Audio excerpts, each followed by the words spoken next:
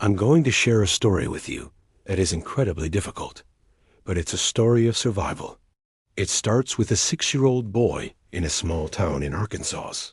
His family were sharecroppers, and his father was a deeply conservative Christian, a drunk, and an abuser. One day, the school bus that little boy was on ran over a downed power line.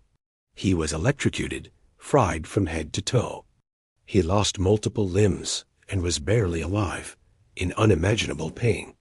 He spent the next 2 years completely alone in a burn ward hundreds of miles from his family. Can you imagine the fear, the loneliness, the constant pain for a child that young? It was pure hell. When he was finally sent home at 8 years old, he wasn't welcomed back as a survivor. He was treated as a disgrace, a cripple, an embarrassment. Instead of comfort, he got beatings. He was forced back into the same school where other kids ganged up on him, stomping and kicking him on the playground. He was strapped into a crude, painful prosthesis that made his stump bleed constantly, all in an effort to look normal for people who could understand the sight of his reality. By the age of 10, he had enough. He left home, completely on his own. He was alone, but he was alive, and he was finally free from the daily torment. Now, decades later, that boy is a man. And yesterday, his biological father died. The question he's getting from everyone is, why don't you care? Why won't you go to the funeral? Let's be perfectly clear. It makes complete sense why he doesn't care. The father, he was supposed to have died decades ago, or perhaps never existed at all. A funeral is for honoring a life, for remembering positive memories. But his father never gave him a single one.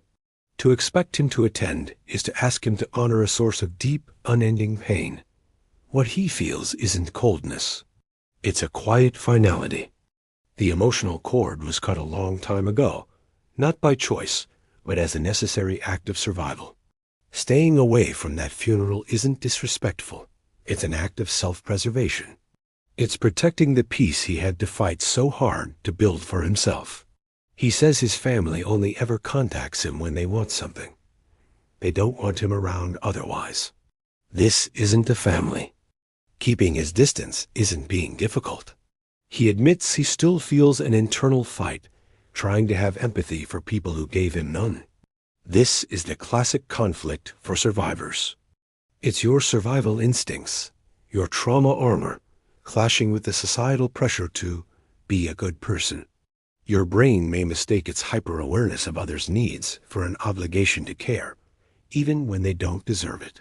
When you try to feel empathy for them, you're essentially asking yourself to betray the 6-year-old version of you who was left alone in that burn ward. You don't need to win that internal fight. If someone hasn't deposited anything into your emotional bank for decades, you have every right to keep that empathy for yourself. To the man who lived this story, you survived him. You survived them all. You don't owe them a funeral. You don't owe them closure. And you certainly don't owe them your empathy. You already did the hardest work. You lived. If this story resonates with you, or if you faced similar struggles with complex family trauma, please know you are not alone. There are resources that can help, like the Adult Survivors of Child Abuse or the CPTSD Foundation. Please reach out and find your community. Thank you for listening.